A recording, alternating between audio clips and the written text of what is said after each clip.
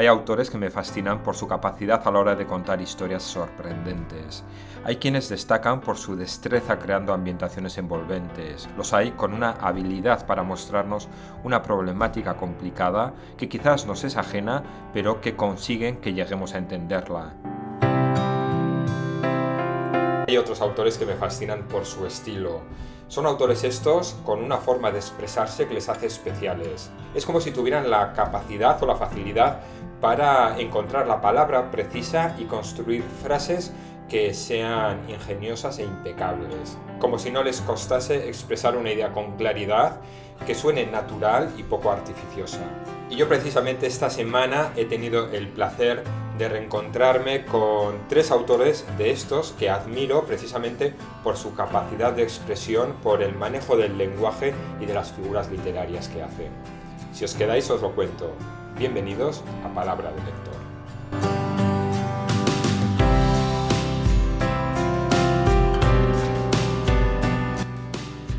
Escribes para cambiar el mundo, sabiendo perfectamente que es probable que no puedas, pero también sabiendo que la literatura es indispensable para el mundo.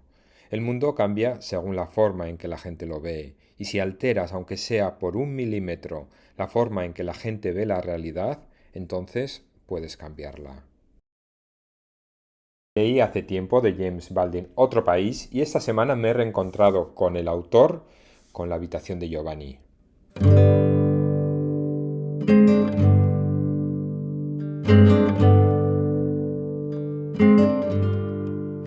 James Baldwin nació en Nueva York, en Harlem, en 1924. Además de novelista, dramaturgo, ensayista y crítico social, fue activista, defensor de los derechos civiles. Luchó contra las identidades fijas y contra la discriminación, defendiendo que el hombre solo puede ser universal. En 1953 debuta con Ve y dilo a la montaña, donde analiza y explora temas sociales y raciales. Y unos años después publicará esta novela no libre de controversia. Es que un escritor negro en los años 50 en Estados Unidos que busca hacerse un hueco entre la élite intelectual, que goza de cierto reconocimiento después del éxito de su primera novela, que crea ciertas expectativas y que reaparece años después con La habitación de Giovanni, tuvo que causar bastante incomodidad en algunos sectores de la sociedad. Y ahora veremos por qué.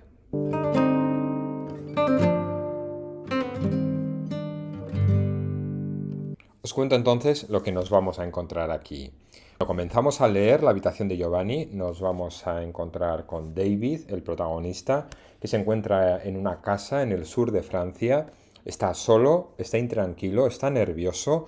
Algo va a ocurrir o algo ha ocurrido. Y en estas circunstancias, David tiene un momento introspectivo, echará la vista atrás y nos contará su historia. Él es un joven que después de haber dejado una vida errática atrás en Estados Unidos, está instalado en París sin ningún cometido muy concreto. Estando aquí en esta ciudad conoce a Gela, una joven también de Estados Unidos que está en París estudiando pintura. Mantienen una relación durante un tiempo hasta que él le pide matrimonio.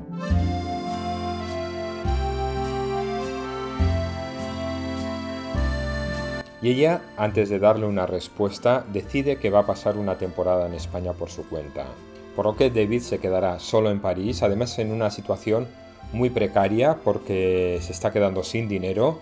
Su padre, como no entiende qué está haciendo su hijo tanto tiempo en Francia, decide no mandarle más dinero, a ver si vuelve a casa, pero David por ahora no quiere volver a Estados Unidos y está a punto de quedarse en la calle porque el dueño del hotel en donde tiene una habitación le va a echar por impago. Ante esta situación desesperada, porque como digo, él en ningún momento se plantea volver a Estados Unidos y además en París lleva una vida de asueto, sale, come y cena afuera, bebe, fuma, alterna. Decide entonces contactar con un conocido, un empresario americano también ya maduro, para solicitarle una pequeña ayuda económica.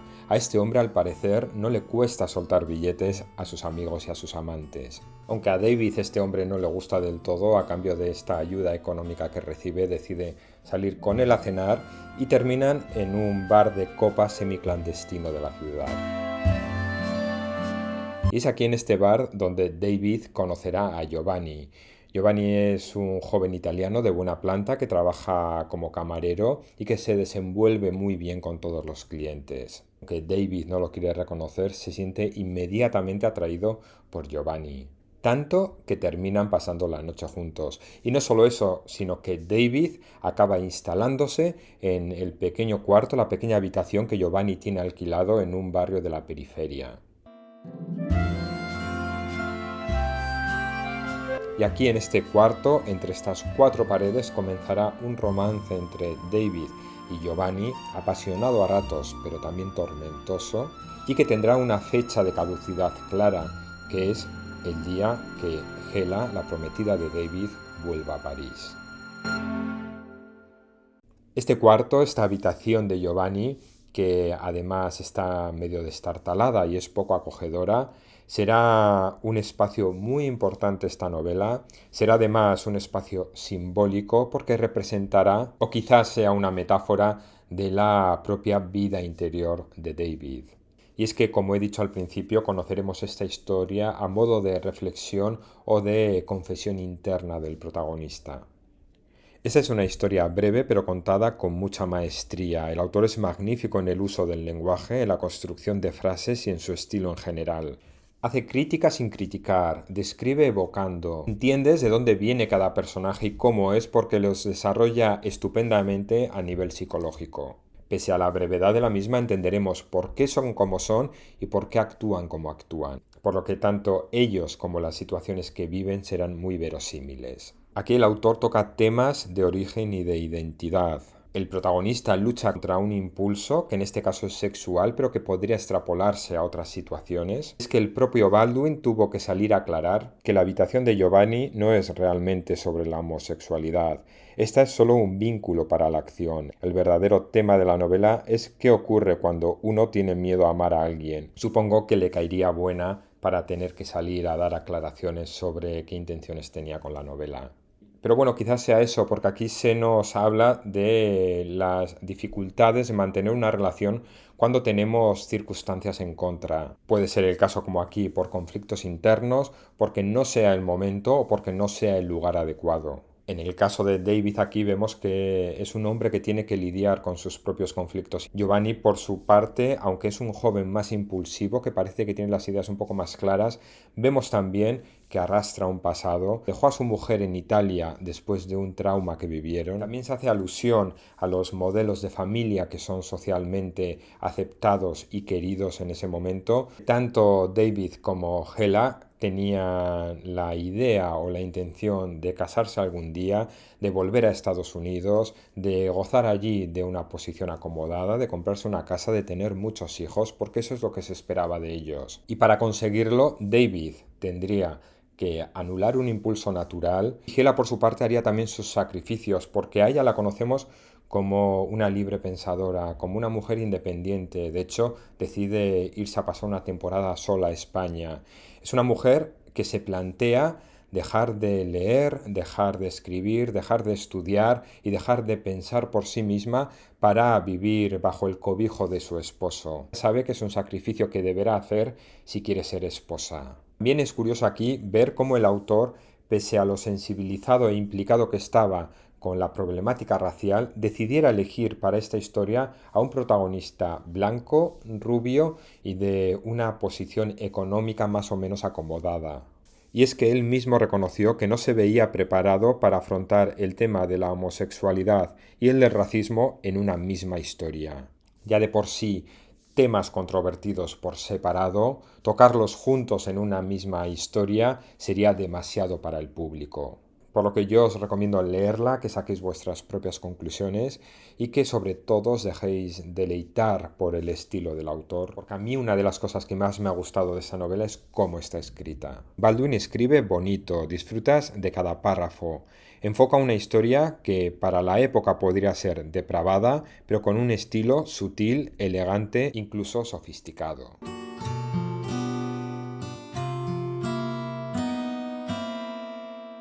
Lo blando es más fuerte que lo duro. El agua es más fuerte que las rocas y el amor es más fuerte que la violencia. De Hermann Hesse leí Demian y el lobo estepario y esta semana me he reencontrado con el autor a través de Siddhartha.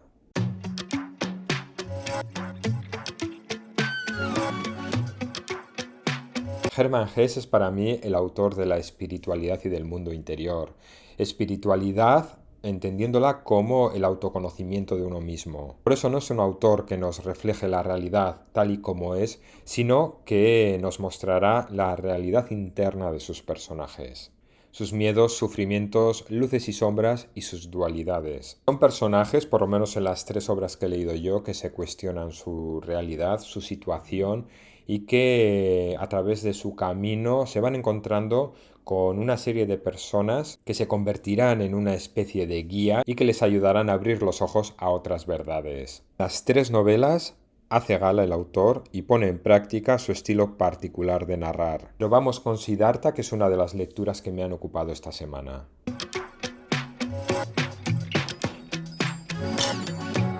Siddhartha es una novela que se publicó en 1922 y está ambientada en la India, donde el autor pasó una temporada de su vida. ¿Y qué nos encontramos en esta obra? Pues conoceremos la vida de Siddhartha, que es el hijo de un brahman, que es de joven disciplinado, que aprende con rapidez y que es bastante inquieto. Siendo aún muy joven y pese a vivir en un entorno protegido y acomodado, siente de repente un vacío en su interior. Decide entonces dejarlo todo, prescindir de sus comodidades, de todos los bienes materiales y emprender un viaje. Un viaje en busca de la gran verdad o de la iluminación, que no deja de ser su propia serenidad. Convierte así en una especie de asceta o de peregrino y durante varios años aprenderá a meditar, a ayunar y sobre todo a esperar. Pero tampoco cree que así encontrará lo que busca, por lo que sigue su camino y sigue su búsqueda.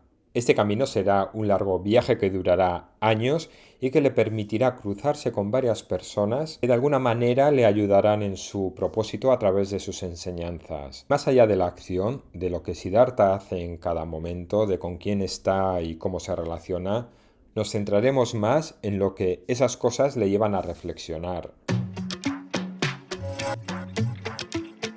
Y es que al final de los años, al final de este viaje, Siddhartha encontrará aquello que buscaba. De esta lectura, aunque es breve, podemos sacar muchas reflexiones. La primera puede ser que las respuestas a las grandes preguntas que nos hacemos muchas veces las podemos encontrar en las cosas muy sencillas.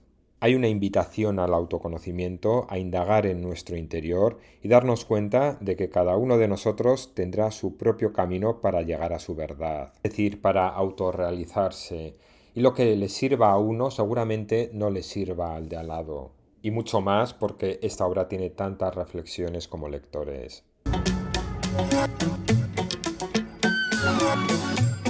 Después de haber leído Demian y el lobo estepario, esta Siddhartha me ha parecido una lectura bastante más accesible. Una lectura más bien breve, de aparente cálida sencillez, que ojo, como digo, estará cargada de contenido que nos hará pensar, que destaca por su estilo poético y filosófico y una narración que busca ser bonita y en general que la lectura sea placentera. No hay giros bruscos, no hay gran tensión narrativa, no hay un gran misterio, pero la lectura resulta fluida y como digo invita a la reflexión. Si bien es una lectura que me ha gustado mucho, con la que he disfrutado, con la que he pensado y que realmente recomiendo, y por lo que he escuchado es uno de los títulos preferidos de muchos lectores, pero la verdad es que a mí personalmente no me ha cautivado tanto como lo hicieron en su momento Demian o el lobo estepario. Aún así insisto en que es una lectura muy recomendable y que a mí me ha encantado.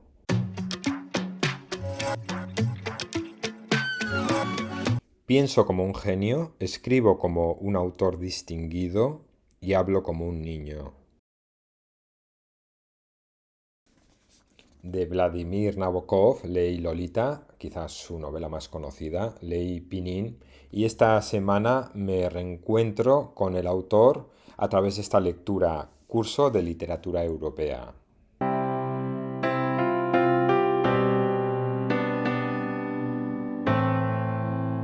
Cuando comencé a leer Lolita me di cuenta de inmediato, y así lo cuento en el vídeo que os dejo por aquí, que lo grandioso de este autor iba a estar en su estilo, en la belleza narrativa de su obra y en su capacidad para contarnos las cosas con una sonoridad especial, bonita, estética. Reconoce que un autor no puede tener un estilo único a no ser que tenga una forma única de ver la vida, por lo que concluyo que él la tenía. Nabokov estuvo inmerso en un continuo debate literario, analizó la obra de otros autores e impartió clases de literatura en universidades de Estados Unidos. Él mismo afirmó que su curso era, entre otras cosas, una especie de investigación detectivesca en torno al misterio de las estructuras literarias.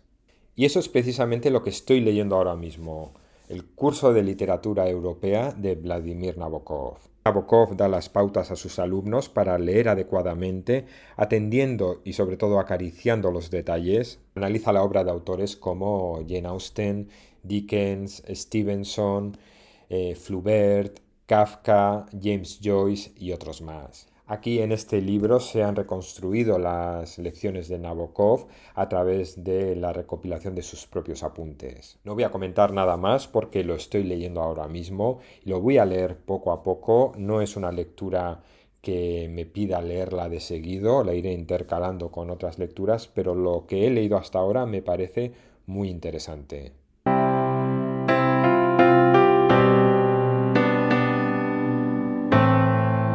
Hasta aquí este vídeo, hasta aquí este repaso por tres autores que a mí por lo menos me tienen cautivado por su estilo particular. Un repaso que no deja de ser un resumen de las lecturas que me han ocupado y que me siguen ocupando esta semana. Dejadme en comentarios, por favor, qué autores son los que a vosotros os tienen cautivados por su estilo narrativo, por la forma que tienen de escribir y de contar las cosas. Como siempre, llegados a este punto, os doy las gracias si aún estáis por aquí por haberme acompañado durante estos minutos. Nos vemos en el siguiente vídeo. Hasta entonces, espero que disfrutéis de vuestras lecturas. Hasta luego.